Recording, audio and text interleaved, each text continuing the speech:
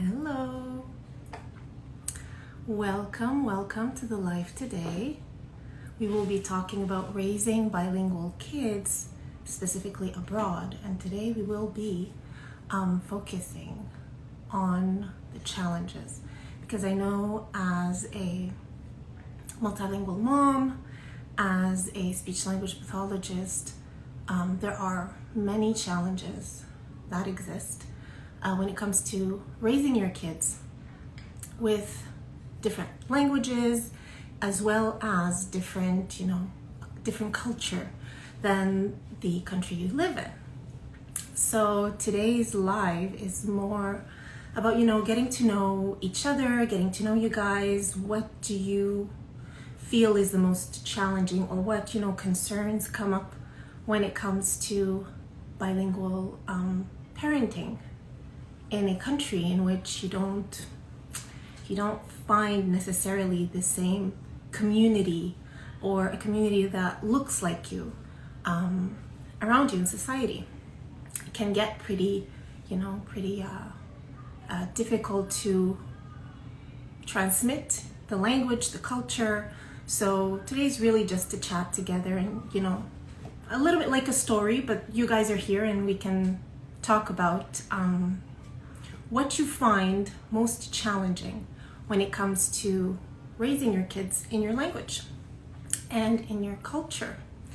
So before I start, asking questions, and I'm gonna wait a few minutes just to make sure everybody logs on, and that way we can really have a heartfelt discussion about this, because it can get it isn't as easy as, let's say, our family abroad thinks it is.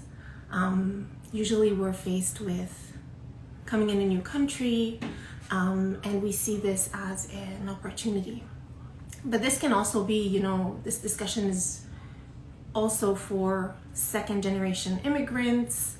If your parents came here, it's also all about, how do you find your parenting style in a little bit differently than how you were raised as a, let's say, first generation immigrant, and how do you manage your bilingual parenting with your kids in your generation. So for sure there are different I keep saying challenges, but that's it. And it can be really, really hard in our generation, which is because I find, I don't know, you guys can give me your thoughts about this. I find that in my generation, we are overly, which is a good thing, we are overly aware of the parenting styles that exist, of how we were raised versus how we should raise our kids. And often we find ourselves trying to parent in a new style, but we want to keep in touch with our culture and our traditions and, our values from the previous generations. And it can get pretty confusing when you try to do it all, and it's already a challenge to parent differently than your parents parented you. So you're kind of finding yourself, you're finding your parenting style, and it can get really difficult and overwhelming often to kind of balance everything. On top of that, you want to transmit your language to your kids. So it can get overwhelming really easy. And the idea behind today's live, and hopefully any other lives that are coming, and I'm really willing to do, is basically I want to create this sense of, support, the sense of community. Like, you guys are not alone. Like, as a speech language pathologist, I feel you. I know how it goes because I'm a mom too. And it can get very overwhelming. And you're not alone. And there are solutions for this. And I think if we support each other, even if we come from different backgrounds, just knowing that other people are in the same situation as us kind of, calms our mom's hearts a little bit. So I see a few comments. Hi, everyone. So I see him saying, this is so true. We are in Australia, a German-speaking country. So my husband is German-speaking. My biggest challenge is I am the only one speaking Arabic. Yes, it is hard to balance when you're the only parent. And that's one thing as well. and I'm very aware of that different parents have different situations or language situations. And you might find yourself with a partner who speaks the same language as you, but there's a lot of parents out there that have different languages than their partners, and then they find themselves trying to balance or trying to, sometimes I use the word shove the language in their routines and try to create situations in which you really want to promote the language, but it's hard because you're the only one. I totally understand that. That is so true. Yes, it is overwhelming to gentle parent when you're trying to, manage this little human you want to keep alive, manage your own, goals as a parent, and the language on top. It can get overwhelming, it's true. So I think we can start. I had, outlined a few questions I wanted to ask you guys to see, if any thoughts would come out, and if you have any questions, any, comments, please feel free. Before we start, I'm curious to know if you are bilingual parenting, what languages, just comment the 2, 3 languages, 4 languages maybe that your child is exposed to. I'm curious to know what type of languages are you managing and teaching your child.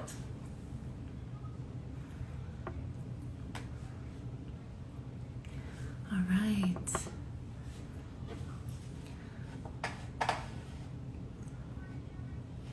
So while you guys write that down, I also wanted to share maybe my experience as a mom. We live in Canada, specifically in Montreal. So the society around us is bilingual French-English. We specifically live in an area in the West Island. So a lot of the community around us, or our neighbors, when you go to the store or to the mall, there's a lot of English involved. Now in Quebec, Montreal is in Quebec, in the province of Quebec, all the education or the educational system is French speaking, so it's francophone. And so personally, when I came to Canada, I was 2, so I was raised here. So my parents are Lebanese, both of them, and I was raised in a Lebanese household.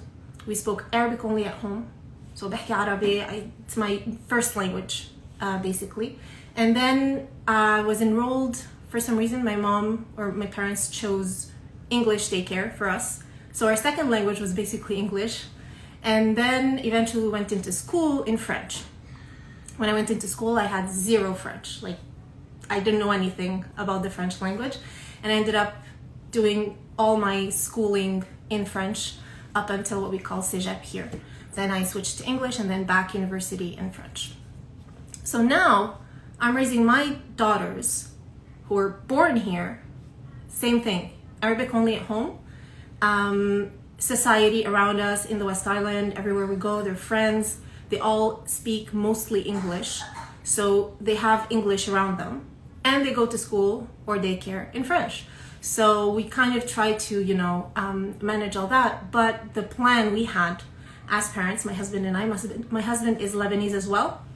The plan we had, and we put down in front of us, we're only speaking Arabic at home. We really want to reinforce that because they won't be hearing it anywhere else with anybody else. So that's basically it. So I see here, there's German, English, Arabic. Let me know your languages. What languages do you guys speak at home? Either, with your siblings or with your kids, if you have any kids, and if you are parenting bilingual or multilingual kids, let me know. So,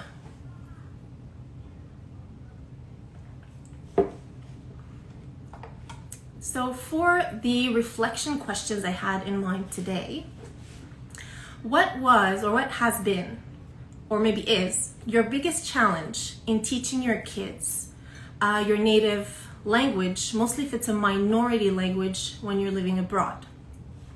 So if you're living abroad, let me know where do you live, in which country, what are the languages you speak, and what is your biggest challenge? Because I'm pretty sure there are many challenges that exist depending on the situation you live in. So we already had somebody talk about the fact that she is the only Arabic speaking person in the child's, immediate environment. So that's a challenge itself, being the only person that can give that input to the child. It is possible. There's a lot of ways to do it. But for sure, it is like something you have to work hard to get to, and it is very worth it if you stick to the plan you have. So let's say in my case, we have French, English, and Arabic. We live in Canada. And so my biggest challenge, even though I'm a speech language pathologist, even though I know my stuff, I know what's going on in my little kids' brains, I keep worrying about them being understood by other people. That is my personal number one. It's not really a challenge as much as a worry, a concern. And I'm always, aware or consciente. On dit ça en français, je suis consciente that there is that little thing that's they're going to have to face. Is that sometimes they might want to say something and not know how to say it to either their friends, their teachers, or anybody around them. And that kind of worries me. But then I believe that if I have this connection with my kids, they trust me, I trust them, they will tell me if something went wrong, if they weren't understood, which already happened at my daughter's school once. And the thing is, I can recap, I can tell her, oh, well, this and that, you meant to say this, for example. And next time she will be able to say it. And I think the biggest or the most important thing or message I give her is that your thoughts can be translated in any language. If you have the idea in mind in English, even if your teacher speaks French, it's okay to say it in English. And that's really something I reinforce in her. So yeah. So the most common challenge parents usually face is also consistent exposure. Make sure that you expose your child to the language enough so that they actually learn it and want to speak it. So mostly if you live in a country in which the dominant language, we call it, the language all around you, spoken by society, schools, and other people around you, let's say neighbors or friends, is not your target minority language. So in that case, your target language would be a minority language. And so a lot of parents do find it, difficult to compete with that. There is so many people around that speak the dominant language. It's like, how do I compete with this? How do I make sure my child is exposed enough to my minority language? So the idea behind this, or the tip or the solution I often recommend, is to create routines. And I speak about this so much. I have a lot of reels about this as well. Create verbal routines. Oh good, Instagram gives me a thumbs up, thank you. So about create verbal routines where your native language is naturally used and incorporated in every day. So it can be during meal times, during bath times, during when you get your child dressed, or when you're driving. That's a very, rich time that a lot of parents kind of, oversee. So enlist, try to find things that you can say every day during those situations that can, encourage your child to jump in and finish the sentence with you, let's say. So yeah, I see here someone saying, good luck finding Lebanese books or educative series to watch. It's true, it's not easy. When it comes to Lebanese, I highly recommend Lila TV because they are very visual, and it's specifically Lebanese. And that's something usually Arabic speaking parents ask me. They tell me, what language or what dialect do you recommend us speaking with our kids? Should we focus on Fusha, like standard Arabic?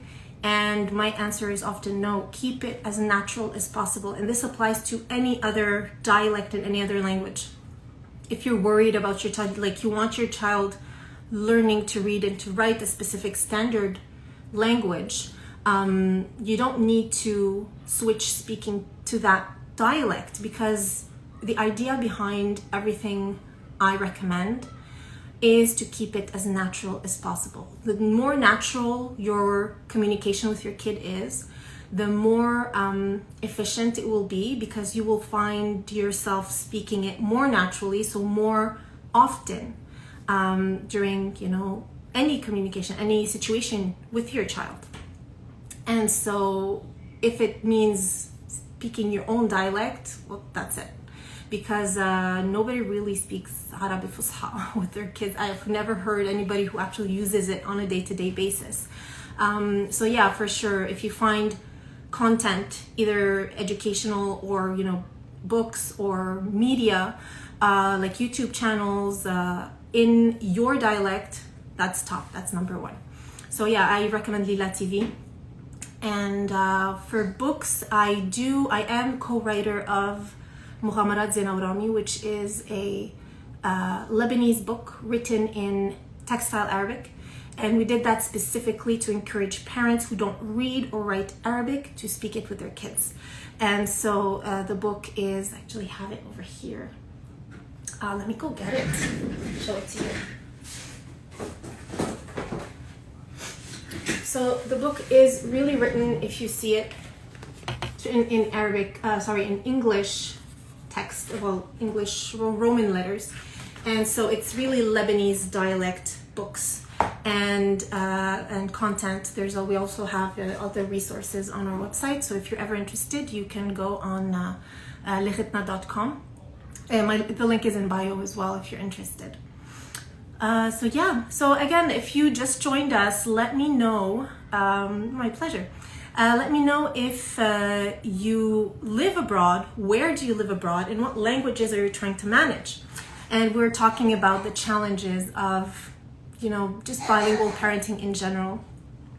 And so yes, this time I'd like to ask you guys, how do you balance exposing your language to both or maybe 3 or 4 languages when you live in a country in which you don't find your languages elsewhere?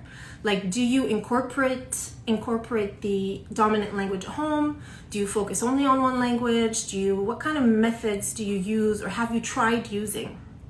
And have you found them, you know, to be efficient? I'm curious to know.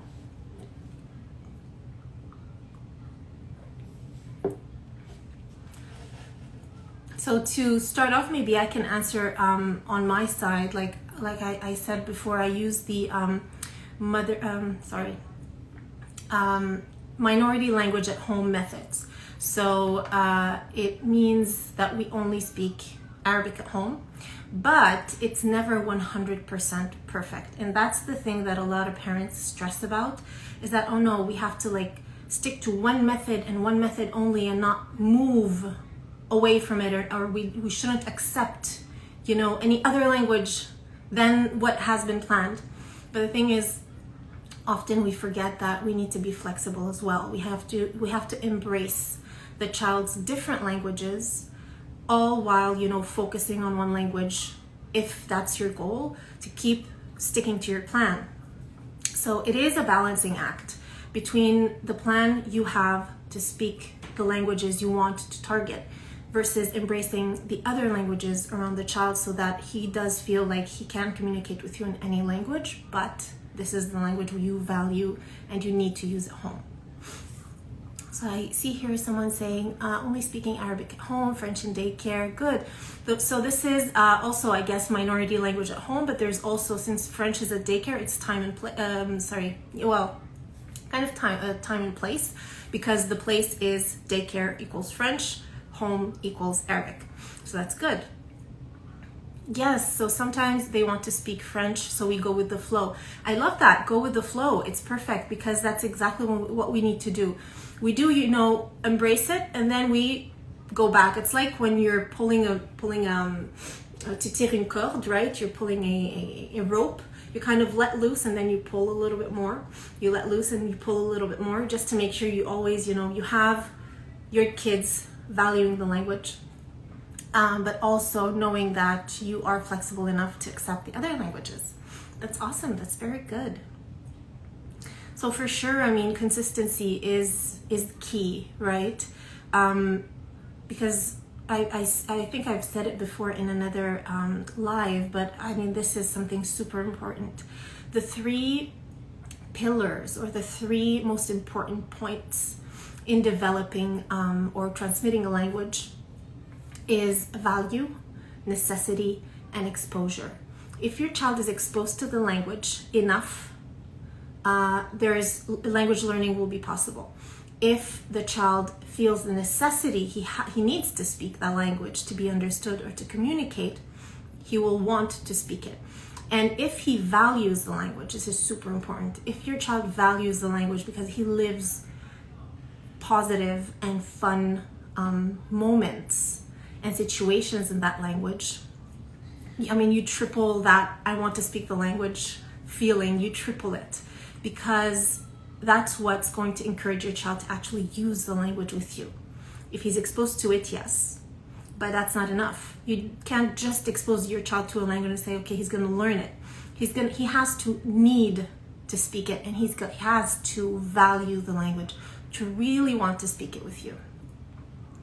So that's it. There are other, methods that exist, and they're all in my free bilingual parenting guide. If you guys are interested, it's in my link in bio. You can go and you can grab it. It will be sent to you directly in your mailbox. So my free parenting guide includes the 4 main methods for bilingual parenting, and also my top 3 tips to make sure it's efficient, that your bilingual parenting style is efficient and works. So if you're interested, go grab it. All right. So we still have maybe 10-15 minutes.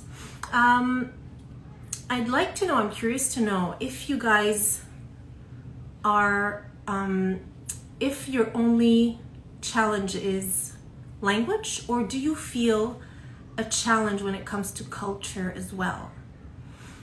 Like living abroad in a society that not only does not speak your language, but does not share your culture or your values. It can get pretty difficult to show your child the value of your values, I guess, and how you think. And does this resonate with you? Do you feel that as well, that you need to, that it's like an extra effort?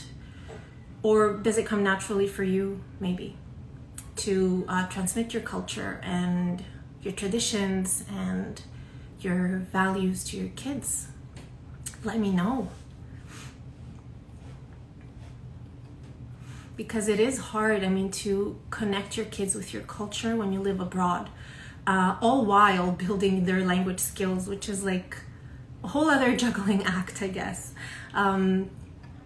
So for sure, I mean, you might think of maybe cultural celebrations or foods, traditional foods that you might cook together, music or storytelling. You can tell them stories about, back home, or how you grew up, maybe if you are a first generation immigrant, how your parents grew up, or any, telling them about your vacations as a child back home. That's all ways to, keep your child connected with your roots. So I see here, there's a comment that says culture as well, 100%, yes. So in this case, transmitting your culture is way harder than the language. It's true, because the language, I mean, you're speaking it anyways, but your culture, you have to speak about it. And I think that's harder. Speaking about your culture, telling your child how you think and how you see the world from your culture's perspective and your background, and because it's not just, learning to speak, it's learning to think. And I think that's like a whole other level of parenting. That's like, yeah, it's harder, much harder than teaching them to just speak your language. So yeah, for sure, that's a whole other challenge. But I mean, it is possible. It is more than possible if you go about it in a smart way, I guess. And you can, let's say, combine activities from back home, like we said, maybe traditional foods, celebrations. The ideal scenario, of course, would be to have a community to which you belong and people around you that have your same values and culture.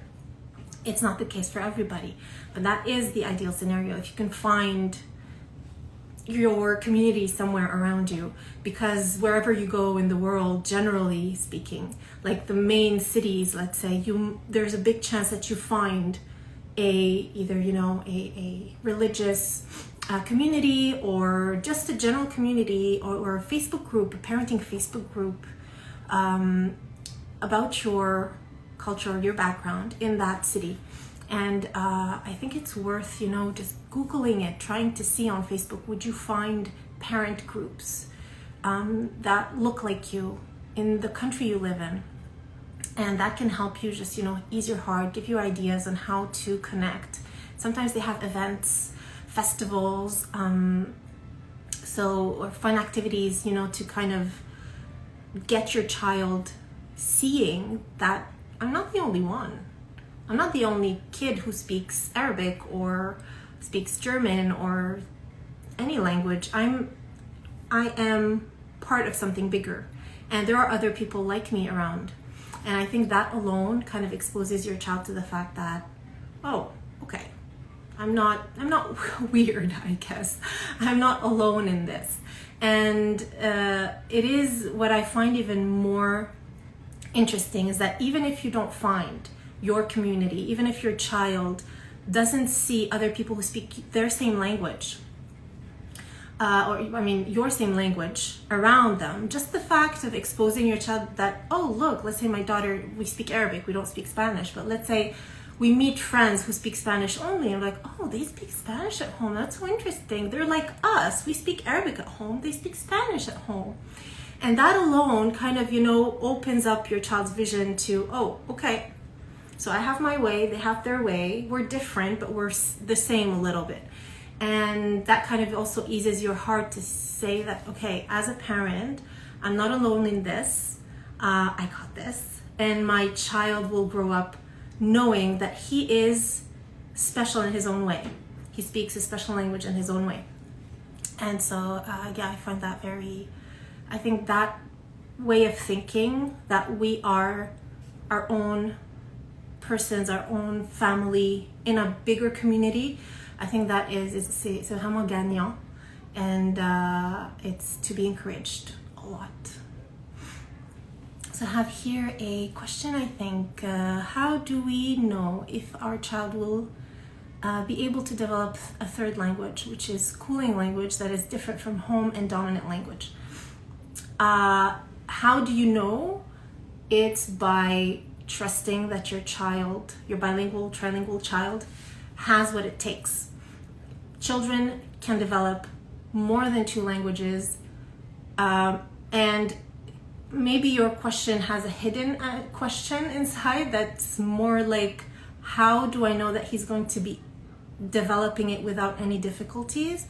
And the thing is, if the home language or the first language is strong, if the first language has a good basis, your child will develop second, third languages on top without any difficulties.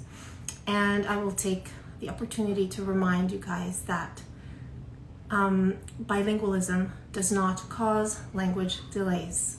This is like the top message from all bilingual, trilingual speech language pathologists and experts in the domain. Being bilingual, learning a third language, does not mean your child will be delayed in his language learning. The only thing is, we have to be fair with our kids. If our kids are developing a third language, that third language will take a little bit of time because they are referring to the first and second language. That being said, if the first and second language are strong, the third language will be built on top with ease. So I don't worry about it. The only thing is, if you find that your child has a language delay, check all the languages combined, make sure you're checking all the, the sentence structures he does, all the vocabulary he has. And if it still shows that there is a delay, then it could be, that's another issue. That's something else you can maybe talk to a specialist about. But yeah, your child can, and he will be able, inshallah. So as long as the home language, the first language is strong, he's got it, and you've got this.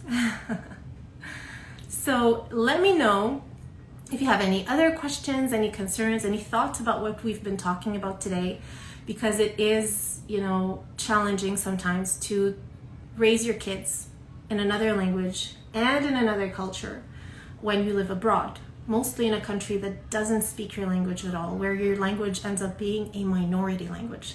So how do you manage that? So I have here, okay, so no language delay, but I'm afraid that he is not exposed enough to the schooling language compared to the home and dominant language.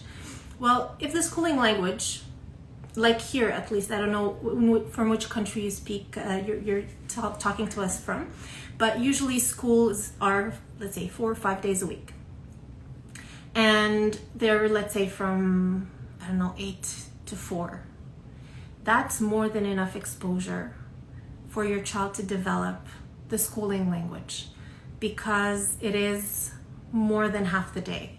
And your child, as long as, again, the home and the dominant language are strong, and that the school is using a very positive approach to language development or language learning, it should not be a worry, or it shouldn't be worrisome. So, and give it a bit of time. After a few months, check if maybe you overhear him saying sentences or expressions, and mostly if you're outside the house, because in your home, your child will most probably switch to the most comfortable language for him. But let's say during play dates or birthday parties, try to keep an ear out and see how does your child communicate in that schooling language. Yeah. So for today, I think we talked a little bit about the challenges of raising your kids in different languages than the one that is dominant in the country you live in. And we talked also about cultural, transmission, because that's a whole other, topic. And hopefully in the next or upcoming lives, I will be addressing specific topics or challenges, and I really want to do also a live soon about the success stories, because we often focus on the negative of, this is so hard, but what is easy? What are you getting? What is working, and how is it working? And maybe that way we can get, ideas from each other about, I heard my child say this sentence today, I'm so proud of this word, or he's starting to pronounce this letter properly. And I really want to focus on the positive a little bit. So upcoming lives will happen, hopefully. And I really want to start, choosing specific topics. Today was very large, very, a general topic. So thank you. It's my pleasure. And if you ever have ideas, let's say, Heba, speak a little bit more about the cultural transmission, or speak a little bit more about, one parent, one language, or about verbal routines, let me know what you want me to speak about more in the upcoming lives, because I really love, creating stories, but it's one-sided. And I really want this sense of community on my page. I really want to feel like we are supporting and helping each other and giving each other ideas, because even though, I'm an expert in my field, I am a mom of 2, but you might give me ideas. I'm like, oh my goodness, I haven't thought of that. Like, this is such a good idea. And we can, help each other and find solutions together about different topics we will be addressing very soon. So I want to thank you guys for joining today. And let me know in the video, because I am going to be uploading this live, And so you can always comment there. You can rewatch it if you want. It will be present for you to watch, to share, and maybe, if you have any other ideas, let me know. And I'm curious to know if half an hour was too short, or was it, a good length. For me, I think, discussing a topic can go up to, an hour and a half easy between parents. But let me know what you guys think about the length. And I will be seeing you guys very soon in upcoming lives. I'm thinking about doing this either once a week or once every 2 weeks. And that way we can really get to support each other in our bilingual parenting, which includes so many things, including, all the linguistic challenges, the cultural challenges, and just the parenting challenges in general, because it can get very overwhelming very easily, and I don't want you to feel alone. So I'm gonna wish you guys a very good day and hope to see you very, very soon. Bye-bye.